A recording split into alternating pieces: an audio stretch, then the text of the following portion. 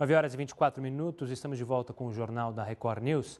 Nesta quarta-feira, o Supremo Tribunal Federal deve continuar a discussão sobre a obrigatoriedade do poder público fornecer medicamentos de alto custo, mesmo que eles não estejam previstos na lista de medicamentos fornecidos pelo SUS ou que não tenham registro lá na Anvisa, o caso do Canabidiol, Agência Nacional de Vigilância Sanitária. Quem vai conversar comigo para analisar o que o Supremo deve decidir sobre o assunto e explicar um pouco mais sobre esse tema que é conhecido como judicialização da saúde é Caio Henrique Sampaio Fernandes, advogado especialista em direito à saúde. O Caio já está aqui com a gente. Eu já agradeço, Caio, pela participação e pelo tempo cedido aqui para conversar sobre um tema que é tão importante, mas pouca gente tem noção do que está em jogo. Primeiro, eu queria que você explicasse o que será decidido amanhã, ou pelo menos a tendência é que volte para a pauta do Supremo e esse julgamento que está paralisado desde 2016 tenha, enfim, um veredito. Eu que agradeço, boa noite. Amanhã será julgado 3 recursos extraordinários. Recursos que versam sobre o dever do Estado de fornecer medicamentos de alto custo para aqueles que não têm condições, dever do Estado de fornecer os medicamentos sem registro na Anvisa e a responsabilidade dos entes federativos sobre assistência à saúde. Esses serão os julgamentos dos recursos extraordinários que serão pautados amanhã. E a gente tem alguma tendência do que o Supremo vai decidir? Já há alguma impressão de vocês, advogados que acompanham esse caso, do que será decidido? Existem o voto do relator e o voto de vista do ministro Barroso, que talvez seja o voto que leve os demais ministros. Ele estipula 5 critérios para que seja fornecido esse medicamento. Primeiro, que seja comprovado efetivamente que o usuário, o paciente, não tenha condições financeiras. O segundo, que esse medicamento não tenha sido expressamente revogado por algum órgão competente. O terceiro requisito é a inexistência de algum substituto similar já fornecido pelo SUS e que ele tenha a eficácia devidamente comprovada, aquela medicina de evidência. Então, talvez seja esse caminho que siga o STF. Mas você crê que a decisão que o STF tome ontem dê fim à judicialização ou não? A gente tende a continuar. O ministro Dias Toffoli até hoje deu uma declaração falando que a gente tem que acabar com essa cultura da judicialização e ele até diz em procurar meios conciliadores.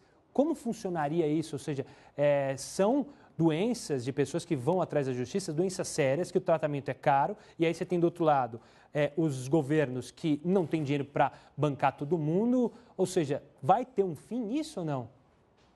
Eu acredito assim, que se a decisão ela estabelecer alguns critérios, eu acredito que sim, a gente tem um fim, porque talvez mexa com que a Anvisa acelere os procedimentos para aprovação, que os governos tentem acelerar esse procedimento, a União, mas caso não exista essa forma de acelerar, continuará sim a judicialização, os pacientes procurarão a justiça dos seus direitos, ficará a critério do voto. Provavelmente, se seguir essa linha do ministro Barroso, provavelmente a judicialização ela continue. Caio, você falou aí da Anvisa, do processo de demora. Isso me chama a atenção, eu queria que você tentasse explicar para o pessoal de casa também. A gente tem um exemplo mais forte do Canabidiol, que há pesquisas que mostram a pacientes, uma das ações, eu acho que se não me engano, envolve uma criança, um jovem que com o Canabidiol tem uma qualidade de vida bem melhor. Por que se demora tanto no Brasil para se aprovar o uso de determinado tratamento, de determinado medicamento? Aqui no Brasil, e assim, a Anvisa ela é um órgão que visa assim, a segurança, por isso que talvez demore tanto.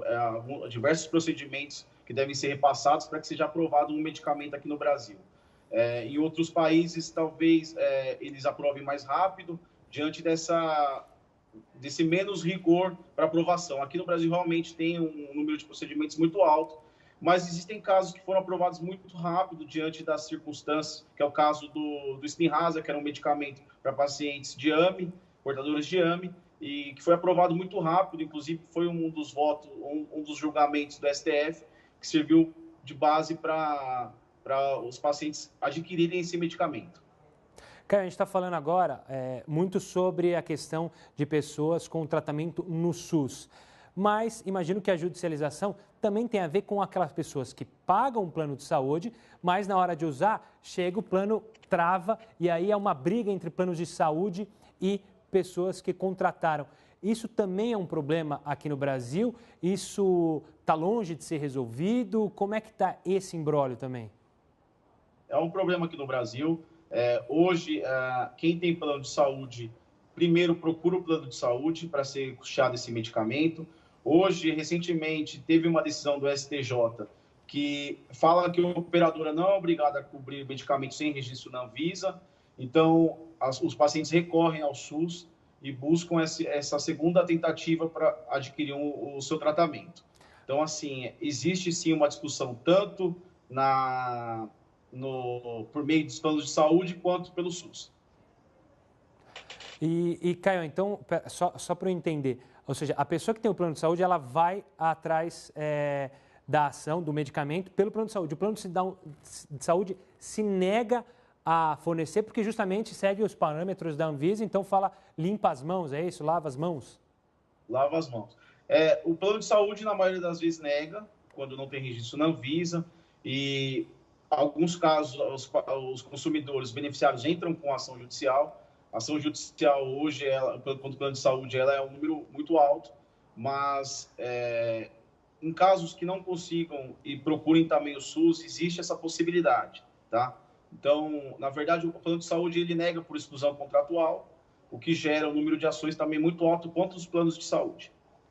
Tá certo, eu conversei com o Caio Henrique Sampaio Fernandes, advogado, especialista em direito à saúde, explicando o julgamento de amanhã, que deve dar continuidade no STF para tentar definir e acabar com a judicialização da saúde, que é bem difícil, como o Caio explicou. Caio, mais uma vez, obrigado pela participação e pelas explicações bem didáticas aqui no Jornal da Record News.